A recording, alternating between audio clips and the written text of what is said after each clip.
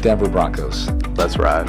Let's ride right off the top. Hey, they have moments where they look somewhat good. Moments. How about we ride into this podcast? Let's do it. Hey, you know what? Episode 21. I'm here with Pastor Chris Phillips from Denver, Colorado. Let's go.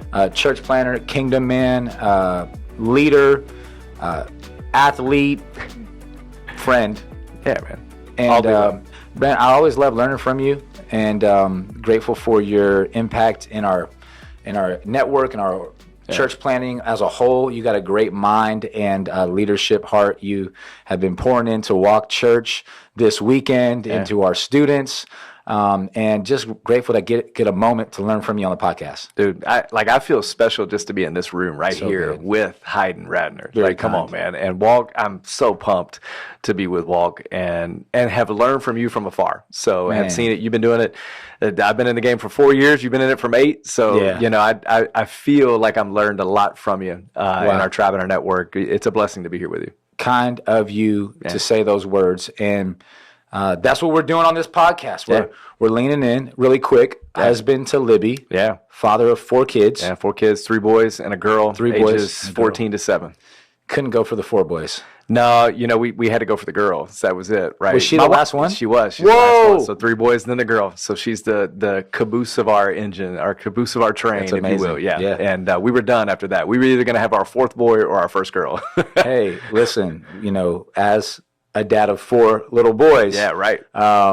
We're still praying for that girl. We'll see what the Lord has in store. I mean, this is the Level Up podcast. Yeah, right. You're trying to level up to We're trying to level up and get that girl. Get your own team. Hey, man, so good. Hey, one thing we ask anybody who jumps on the pod, and we're asking Level Up leaders, people that, are inspiring and have people that are following their leadership. How are you leveling up in this season of your life? Man, you know what, Heiden, it's been a busy season for us. And so what's funny is I feel like I'm leveling down, and by doing that, I'm leveling up, if that makes sense. Talk about that. That's so good. I have, so we went into a multi-church, model, one church, multiple locations there in Denver. And in doing that, I knew that I was going to be busier. Like, I knew that I was just going to have to be like, all right, it was going to be 2 years of running. And I'll be honest, man, I come from a church background. I come from the sales world, medical sales, into ministry. And so it's just go all the time. My last year in sales, I traveled 12 weeks out of the year. Wow. I was gone 12 weeks out of the year. And so I've always been a go guy. Yeah. And I often tell people I'm better busy. But going into this season, I got a high schooler for the first time. I got a middle schooler. Then I got 2 elementary school age kids. My wife is a full-time teacher in Denver public schools and everything as well. And I knew by taking on more, I was going to have to rest in the Lord more, right? And it seemed weird for me because nobody taught me how to Sabbath. Nobody taught me how to rest, do any of those things.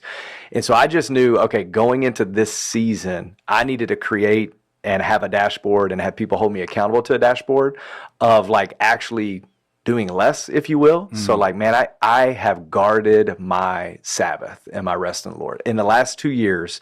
And I 2 years ago, I would have said I was leveling down by that. Yeah. But what I've learned is it's helped me level up. It's helped me level up. Because I'm resting in the Lord more. I'm resting in my relationship with Him. Wow. I'm realizing that He didn't need me to get done as much as I thought He needed me to get stuff done. Jeez. And then, I'll just be frank. For me, I had a guy look at me. He said, we take the 10 Commandments pretty seriously, right? And he's like, yeah. He said, one of those is Sabbathing. He said, what if you don't commit adultery as seriously as you took honoring the Sabbath? He said, how would your wife feel? And I thought, oh, snap. It hit me. Deep. I was like, yeah, I'm not. And so why can I let that one slide and are so passionate about the other ones, right? Yeah. So, man, I just did. That for me, how I'm leveling up, it doesn't mean I'm sitting around doing nothing. Right. It just means that I don't plan out that day. I give that day to the Lord, let Him plan it. And in doing that, man, I just feel rejuvenated. After I'm done in my Sabbath time, I just feel rejuvenated to do even more. I feel clear in my head, in my mind, and all that kind of stuff. And it's actually helped me make decisions that I had to make, right? It's helped me slow down in those areas. Great. To think more kind of logically and systematically in some of the stuff. It sounds weird, but I kind of leveled down it leveled up by leveling down. Leveling down. Yeah. That's so good. Yeah. I've once heard someone say addition by subtraction. Yeah. Right. Right? You're cutting a few things out to really level up in the things that are right in front of you that matter. I'm putting my it's a zero-sum game, right? So everything I say yes to, I'm actually saying no to something else. Right. So if I say yes to do this thing, I'm saying no to family, friends, spending time in my community. Whatever I'm saying yes to, I'm saying no to something else. It's a zero. We live in a zero-sum world. So I can't say yes to everything, right? And so I had to look at it and go, what's my best yes? Like what do I need to say no to? The things that I can do and actually, maybe really good and gifted at doing it. I think it's Andy Stanley at one point. He said, if someone can do something 80% as good as you can, you need to let them do it, and because that other 20%, it's not going to make the biggest difference or impact. So for me, I had to put my best yes on the table, say no to the things I needed to say no to, and yes to the things that only I could do. Only God had called me to do those things. And what I found out was before that, I was saying yes to everything, and so I was therefore saying no to a bunch of stuff. And if you're not careful, you could actually start saying yes to stuff that God didn't ask you to do. Yeah. I like it, and I thought it was cool.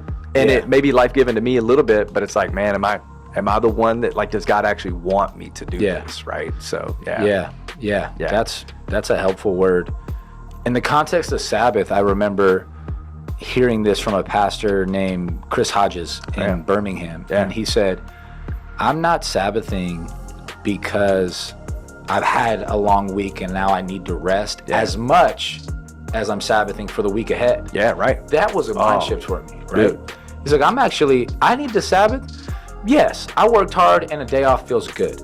But more than that, if I'm going to accomplish everything that's in front of me, I need that charge up. I need to plug in and rest. Yeah. Because God's going to use me greatly in the week ahead. And I think, my problem before was I looked at Sabbath as people just, what I knew of it was people laying around doing nothing, and I'm like, well, that's not fun. I'm actually, that's going to be miserable, right?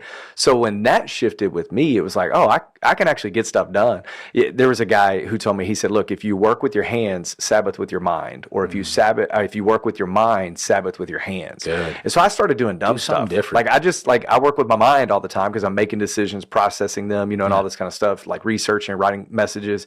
And so I was like, all right, I'm just going to create a to-do list around the house or to go buy stuff at Costco or whatever it is. So Fridays for me became my Sabbath, where I was getting stuff done. What I did was I asked Libby, I was like, hey, what you need me to do? What you need me to get done? And I felt so fulfilled with that. That's awesome. But then I would come back that day and then read or rest or work out or whatever. And then the other thing that I do, good.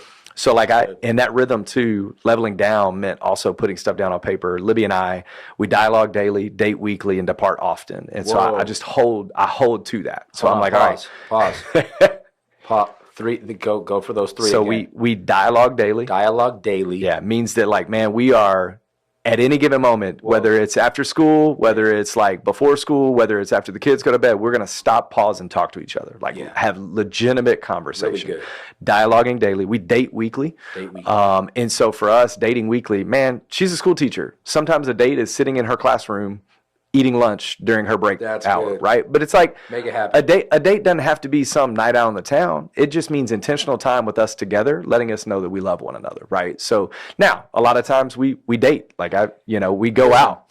For the person watching this or listening to this, let me give you a definition for dating. Right. That was so clean.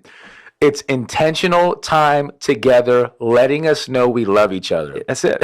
Keep it simple. Come on, in the Instagram world that we live in, right? My date, I'm never going to live up to everybody else's date anyways. We went on this trip or we went to this restaurant. You can do those, but it's you can actually go there and get in a fight. You can actually go there and go broke spending all that money on it. You can actually go there and not connect with one another. Hey, how bad is it if you go there, spend all the money, and still get in a fight?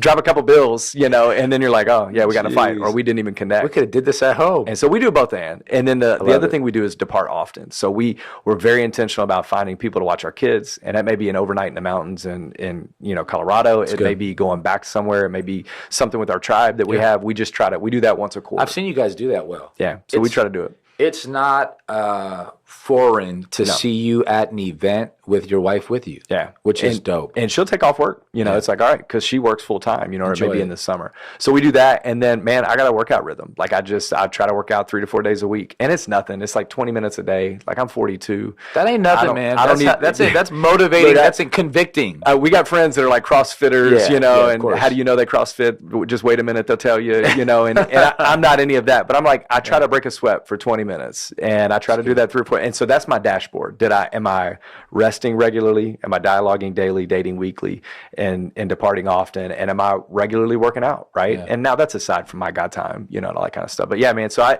I just was like, all right, I'm going to go into that. So I think that's probably helped me in this season more than anything else, right? I love it. Get to watch some Nuggets games and all that kind of stuff too, right? World champion Nuggets. Hey, the Denver Nuggets, let's go, are the world champions. They are. And I mean, like, I don't want to say it, but like, why did I start with the Broncos? I should have started with the Nuggets. World champion. Should be back-to-back MVP. Whoa. Front runner for this year's MVP, Nikola Jokic. But yeah, man, world champions right there in Denver. And that's the right way to pronounce it, Jokic. Jokic. Okay, get it right. With the Joker, but it's Jokic. Yeah, the Joker. I just go with the Joker. Jokic, literally dominating the league. Yeah, just crushing it. Triple doubles left and right. Just past like Jason Kidd, LeBron James. Dude, Jokic, casual triple doubles. Yeah. Like, this is easy, guys. Yeah. Let me just shoot this fadeaway because I'm back here and I can. Right. And you know what I love? Like, great passer, too. It's not his, like, we live in worlds where everything can become our identity. It's not his identity. Nah. Being an MVP and a world champion isn't even his identity. Being a dad is. Being a husband. I'm like, so man. Good. He's about it, huh? It's the real deal. Like, it's like, it's endearing to watch. Also, like, golly, if you actually really cared, how good would you be? Right. Jeez. Right. An honorable mention for Jamal Murray. Yeah. Oh, man. Dude, worthy. Come on. I mean, like, getting him back was good last year. Talk about a level up, right? I mean, bro tore his ACL. Yeah. Was out for about a season and a half. Yeah. And hard times. It actually, like, Heiden, it goes back to it, right? He didn't come back too soon. He made sure it was the right time. That's right. He didn't just say, yes, let's go, because he could have messed it up. But he was like, I'm going to get in the mental space. I'm going to be in the physical space. I'm going to be in the emotional. About some of that. He was. Yeah. And people were like, they wanted him back because they were struggling. And so it's like, but it goes back to like, man, I need my best yes to be here. And he wasn't ready. Like, he wasn't ready mentally, physically, whatever it was. I love that because I remember watching some of those finals games. Bro. He was next level better than everybody. Oh, dude. And he and Jokic in the pick and roll. I mean, it's like Karl Malone, John Stockton days watching it, right? Yeah. Hey, if you're watching this right now and you have no clue about basketball, get to know the Denver Nuggets. All right, come on, that's real. Sorry for the quick. It's not just a cow town. Yeah, come on, let's go. Them boys are nice, and they already showed you that they're right back to it. Yeah. So good. Hey, so can you just share a little bit about what happened recently? Because I think there's a lot of leadership ingredients that are in this journey. Yeah. So your church plant's called Journey Point. Yeah. Right. But along that journey, if I can use that word, you were contacted about an opportunity to have even more impact. Yeah. Tell us about that and just some of the leadership components that wove within Riverside and everything like that. So we planted in 2019, moved to Denver in 2017 from the South. God called us to plant, leave everything and go out there. We didn't really solo, parachute in, but we had a couple of families that were there, but we built all our families from the community. Essentially, and we go out there. COVID hits. Man, Denver was on lockdown. During COVID, we were 18 months basically online or not anything for a while. Tough. And then during that time, right as we were coming out of it, I got contacted by a church that had been historically dying for 20 years. It's a 70-year-old church in downtown Denver, 2 blocks from Mile High Stadium, and big property and all that kind of stuff. And it goes back, Heiden. We were talking a little bit about this before we started, but like, if you don't make the right hire, you have the right people for the right mission that God's calling you to, it could really be damaging and destructing, right? And so there was a church that went from thousands down to just less than a couple of hundred, right? Wow. in a huge auditorium that seats 2,500. And if you lose focus of the mission, that can happen real quick, right? So if I go for my mission, then I can lose it. If I do some stuff that God doesn't want me to do, right? Wow. If I say those yeses and do the things that God doesn't want me to do, and I lose focus on the mission, which is to seek and save which is lost, in a city where 95% of people are spiritually disconnected from Christ. So they reached out. They wanted a missionary mindset. And so basically, man, it's good. I don't know if it's like stupidity or ignorance, but we were planting essentially and then revitalizing at the same time. Not for the faint of heart. But honestly, it goes back to the same thing. You got to be a missionary in your city, reaching the people God's called you to reach. Really good. And I think some of the leadership changes for me, one, I've said this for a while, but like I really feel like God's called me to Denver greater than he's called me to anything else, right? So I think that love for city, that love for diving in, that call to a city has been greater than anything. And it's like expanded the influence, I guess, you know? And I honestly, like I told somebody, I think that the downtown Riverside thing came up because of the heart for the city that God's called us to. Yes. Like we've said, I think, like we say mile high till we die. Like that's what my family says. And we'll go and do whatever God wants us to. Of course. But like, I think he's called us to a lifetime of ministry. And man, look at the guys that we love and respect. One of the common denominators is longevity in a city. Totally. Like the churches that they have, it's longevity and it's 30, 40 years, right? It's not moving to the next thing, but it's diving deep into the community that God's called us to. Really good. And engaging the city. Our mentor, Vance Pittman, right? One of our mentors. I mean, same thing. Engage that city, make disciples, start the church. That's where you start. And so yeah, man, we did that. And then honestly, some of the leadership decisions are hard because now I got to create the culture in the church plant. Now I'm having to shift culture and the revitalization at the same time. And it was like, oh man, it's been like it not for the faint of heart, right? How do you shift culture? Man, I think for me, one, it's living it out.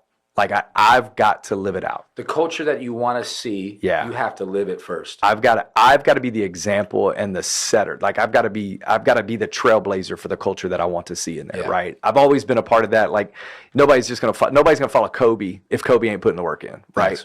Yes. And so put the work in, be there, do it healthy, right? You know, and then same thing. If I want a culture of resting, I better rest. Like if I want my team to rest, I better rest. And so trend setting there, and then putting the right people in the right position on the bus, right seat on the bus, you know, is a big thing. And not being afraid to have the hard conversations. I think that's something I've learned the last 2 years to go, hey, like we have a spiritual weight as leaders of churches. And if I was a CEO of a company in the secular marketplace, would I be okay with some of the same like passivity and decision making that some places in churches do? And we're serving something greater than a marketplace job. And I'm like, okay, I need to have hard conversations. We say get to the last 10%. Like what is that last 10% we didn't say in a conversation that we need to have that conversation, because that's where the truth is. Man, you could tell me the 90%. Like that's easier for a lot of people, but what is it that you're wanting to tell me that you're get not to the last telling 10%. Me? Yeah. Ooh. Yeah. And so we even joke sometimes like, hey, let's get to the 1%. Like let's go deep. Right. Dang. And I think, but you have to create that culture and you got to do it lovingly and kind. We have like, I'm not the like most, I honor, but it's not an easy rhythm of me to just honor a bunch of people. So I discipline myself to have honoring moments, right? Well we say honor up, down, and all around. It's one of the only commands in scripture, like in competition, is to actually compete with honoring somebody. Better say it, bro. And great word. Right. And it's like, okay, Romans, it says to outdo one another and show an honor. And so we have honor moments in our staff meeting. We teach it all the way, honor up with the people around you, honor around you, and then even down to leaders and everybody else. And so the other day in a staff meeting, we had an honor moment where we sat everybody down and everybody had to honor everybody. We went around the circle, right? Crazy. And it's like, hey, it's really good. It feels weird and it's kind of awkward at times, but man, people were like, that was one of the most impactful things we've done. And so I think that helps set the culture, because then what happens is when we go and make some slight decisions in a revitalization that are different than what they've been used to, man, my team's got my back. That's right. And so if they've got my back, then they're gonna dispel anything else everybody's saying, right? And so, yeah, that's been it. And honestly, trying to change that culture it's leading a new group of elders, it's leading a new group of people and mission and where are we going and what are we doing? It's constantly focusing on the mission. We're trying to get back to the Great Commission in what we're doing, and then help that be the mission for everybody else in what they're doing. Man, love how you put that. A couple things that I heard right there. First off, you got to live it. Yeah. If you want to shift the culture that you're currently leading within, whether that's a church, a gym, a workplace, your own home. Yeah. You got to model and live out the culture that you want to see. Yeah. The other thing I heard you say is don't be afraid of hard conversations. And I think sometimes people hear the phrase hard conversations, they think negative. Yeah. Hard conversations could be hard, doesn't mean they're bad. Yeah, right. Doesn't mean they have to be negative because of what you just said. You can actually be honoring and still do the 10%.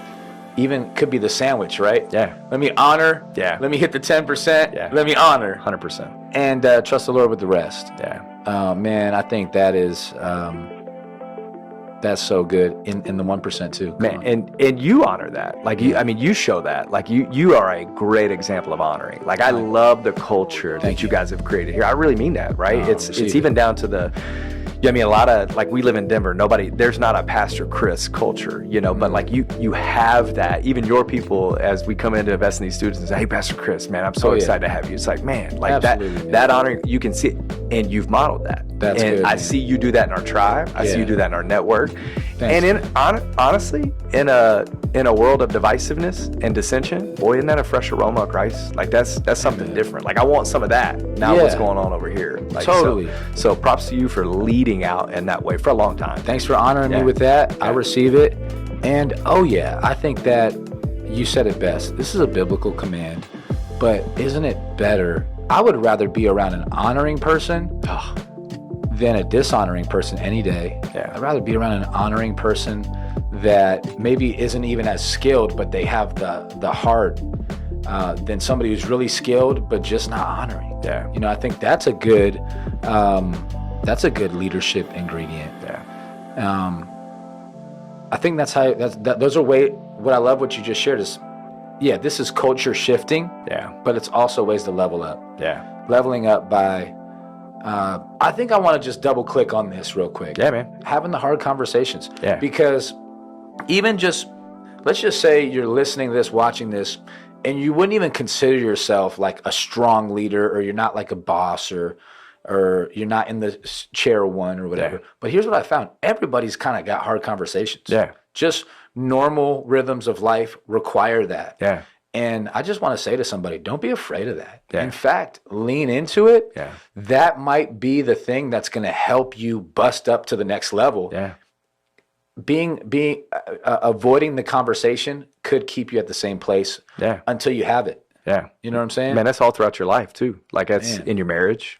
Like when's have a hard conversation in your marriage. You for sure. need to have the hard conversation, right? The things are, man, like Libby said, yes, it's a covenant. Right. Till death do us part.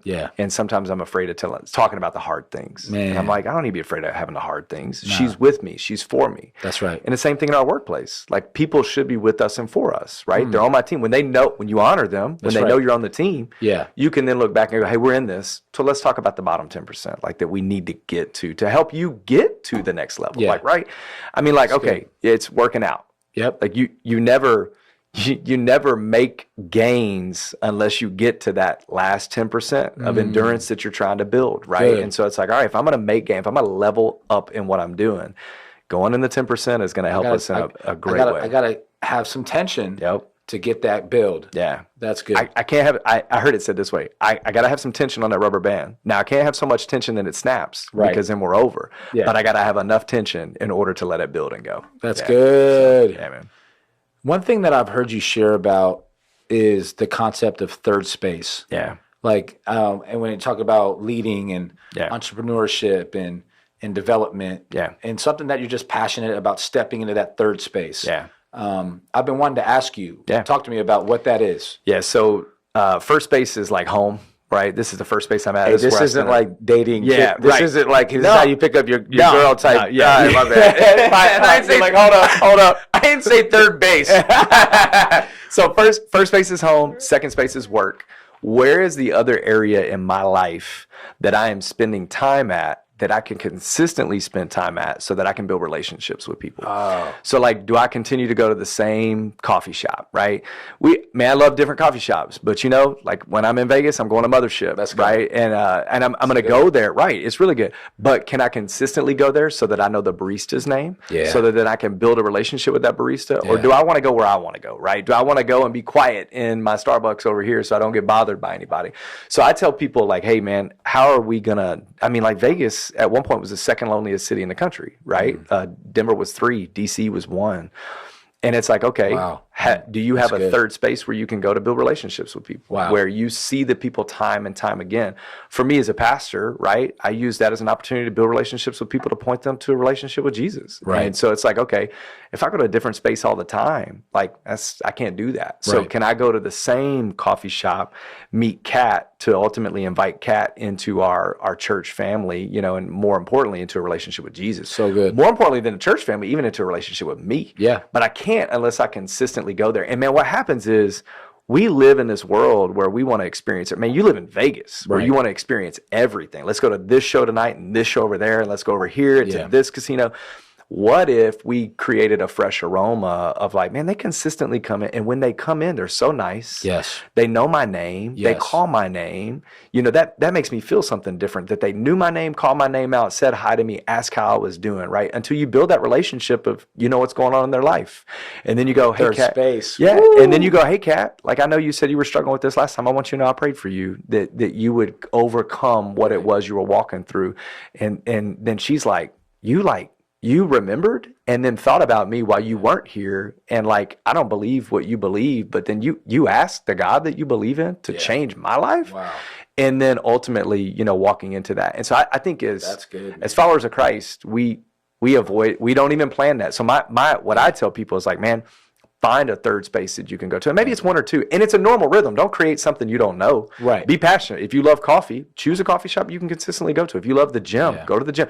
But where you hoop, I'm sure you got third spaces where you go and hoop.